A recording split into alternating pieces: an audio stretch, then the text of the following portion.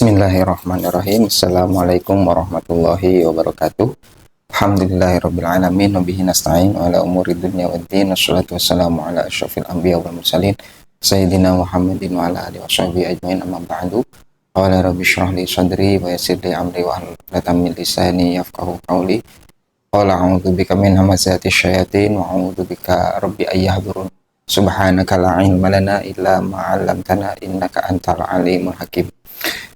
Baik para pemirsa channel YouTube sekalian, bertemu lagi di channel saya ya. Seperti biasa kita akan membahas materi-materi yang saya dapatkan dulu di pesantren sebagai bagian dari sharing saya untuk siswa-siswi saya ya di sekolah menengah yang ingin memperdalam ilmu agama. Tapi kalaupun ini bermanfaat untuk teman-teman sekalian yang ya mungkin subscriber saya yang dapat link ini atau channel ini dari manapun, semoga ini bisa bermanfaat untuk kalian semua.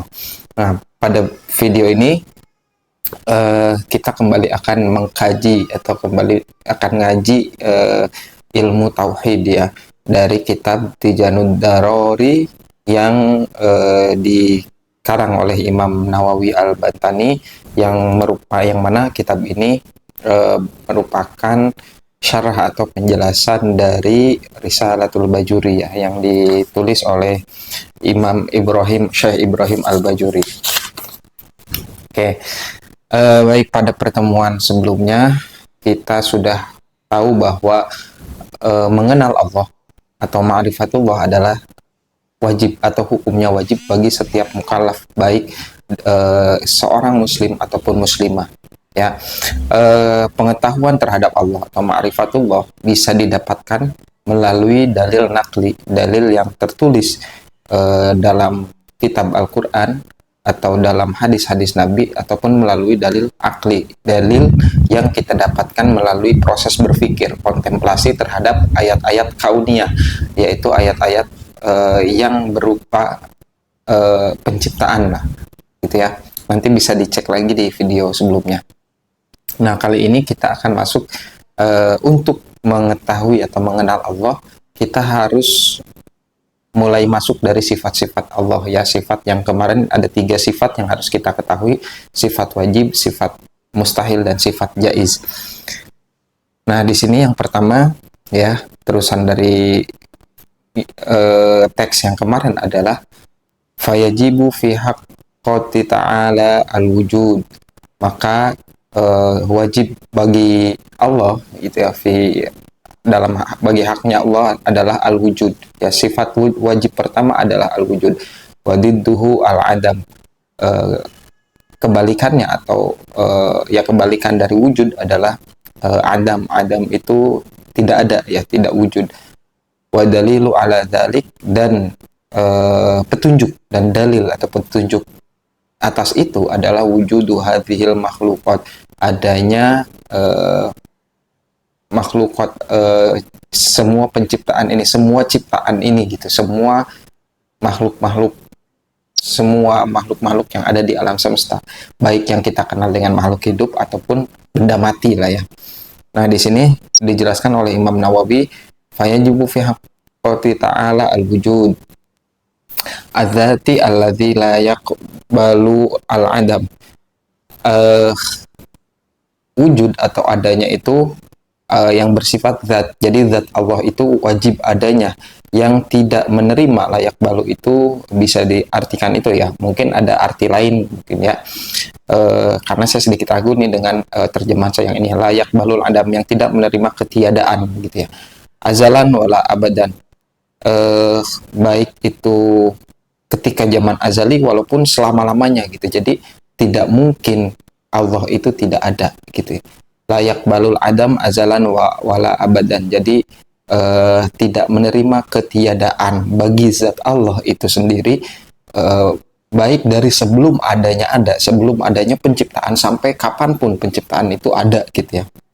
Wahuwa sifatun nafsiyah ay thubutiyah yadullul wasofa biha ala nafsi dzatin duna makna zaid. yaitu sifat wujud itu, sifat ada itu adalah sifat yang tetap bagi Allah Subhanahu wa taala, atau sifat yang nafsiyah bagi Allah Subhanahu wa taala, yang menunjukkan eh, yang menunjukkan sifat tersebut ya kepada Allah gitu ya. Mau sifat tersebut ala nafsi zat, jadi terhadap zatnya gitu, duna makna zaidan, tanpa ada makna yang tambahannya. Artinya Allah itu ada ya ada, sudah seperti itu, tidak ada eh, apa namanya, adanya tuh seperti apa gitu. Kemudian eh, apakah adanya itu seperti kita? Nah itu eh, pertanyaan-pertanyaan seperti itu akan merusak akidah kita ya, kalau memang kita ketahui dan kita tidak kuat. Wa yakfil mukallaf ay ya'rifa annahu ta'ala mawjudun wujudan wajiban, dan cukup bagi seorang mukallaf untuk mengetahui sesungguhnya Allah Subhanahu wa taala itu ada wujud dan wajiban, yang adanya itu wajib gitu ya. Wala yajibu alaihi ay ya'rifa anna wujudahu ta'ala ainin dzatihi au ghairi dzatihi li anna dzalik min ghawamidi ilmil kalam. Dan tidak wajib bagi al-mukallaf, orang yang mukallaf, untuk mengetahui anna wujudahu ta'ala ainin dzatihi, sesungguhnya wujud Allah itu, adanya Allah itu aini dzat, seperti penglihatan kita ya, zatnya itu seperti persepsi kita, au ghairu dzatin, ataupun selain zatnya, li anna dzalik min ghamidi ilmil kalam, karena itu bagian dari kerancuan ilmu kalam. Ilmu kalam itu kalau di Hazanah Islam ya, nanti mungkin kalian bisa baca-baca tentang ilmu kalam. Ini berkaitan dengan nanti ada ilmu filsafat, ada ilmu logika dan lain sebagainya, salah satunya ini ilmu kalam. Nah, di sini Imam Nawawi mengatakan bahwa Allah itu ada ya, tanpa perlu kita pertanyakan keberadaannya seperti apa. Allah itu ada ya, sudah ada. Wujuduhu laisa kamitslihi syai'.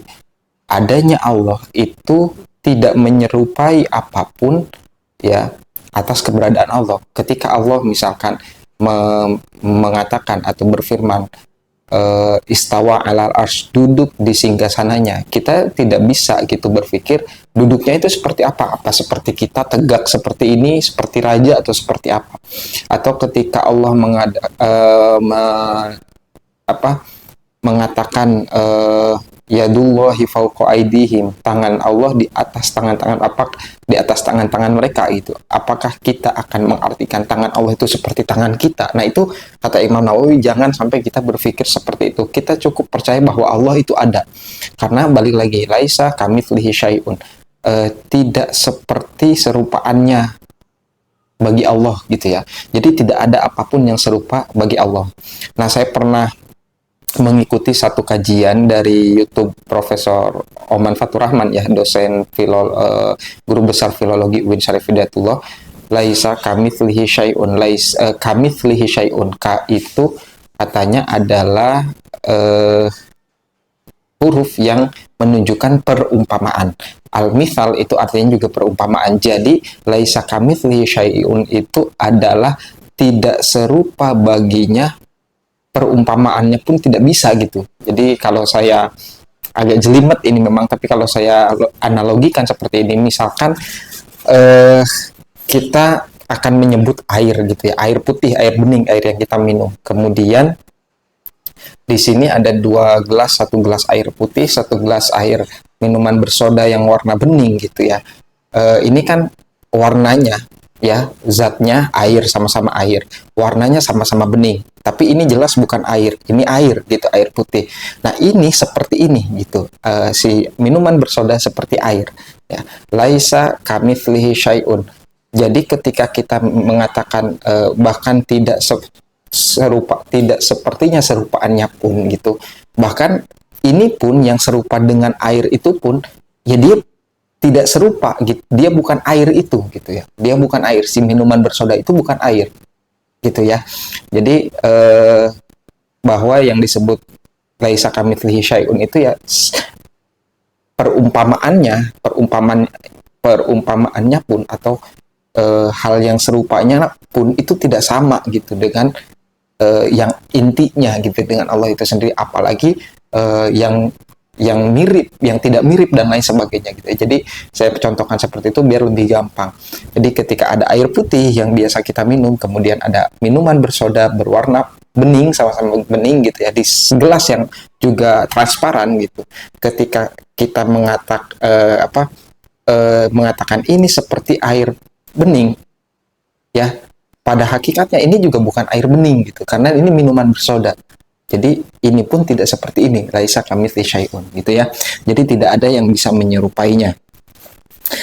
Nah, kemudian itu arti wujud ya. Jadi wujud itu kita harus meyakini Allah itu ada. Oh, dan satu lagi, ada satu perumpamaan yang cukup bagus yang saya dengarkan di acara loginnya Habib Ja'far itu, ketika kita melihat satu benda, misalkan ini pulpen. Ini pulpen dibuat oleh pabrik pulpen. Pabrik pulpen tersebut ya, komponen di dalamnya dibangun melalui pabrik yang lebih besar. Pabrik yang lebih besar dibangun melalui pabrik gitu. Pada ujungnya harus ada yang bukan pabrik yang menciptakan pabrik-pabrik tersebut. Siapa yang membangun pabrik yang paling ujung? Itu manusia gitu kan misalkan. Nah, begitupun juga dengan manusia. Kita, ayah kita, kakek buyut kita terus sampai ke atas, itu diawali dari pertemuan ayah dan ibu gitu. Ayah dan ibu pertemuan dari kakek nenek pertemuan dari, sampai pada ujungnya harus ada yang bukan manusia yang menciptakan manusia itu sendiri, yaitu Allah Subhanahu wa taala. Nah, itu adalah penjelasan dari sifat wujud, bahwa Allah itu ada, dan wajib bagi Allah itu ada. Ya, adanya Allah sebelum ada itu ada gitu ya. Jadi kalau kita berbicara alam semesta, kemudian dalam teori fisika kita mengenal teori Big Bang gitu. Alam semesta ini terjadi karena adanya ledakan besar. Kemudian adanya semua terjadi begitu saja.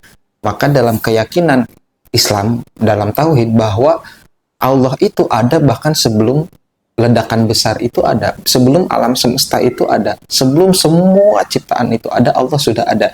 Jadi tidak mungkin bagi Allah itu tidak ada. Nah, di sini wadidduhul adam ya, dan ini kebalikannya adalah al adam, ketiadaan.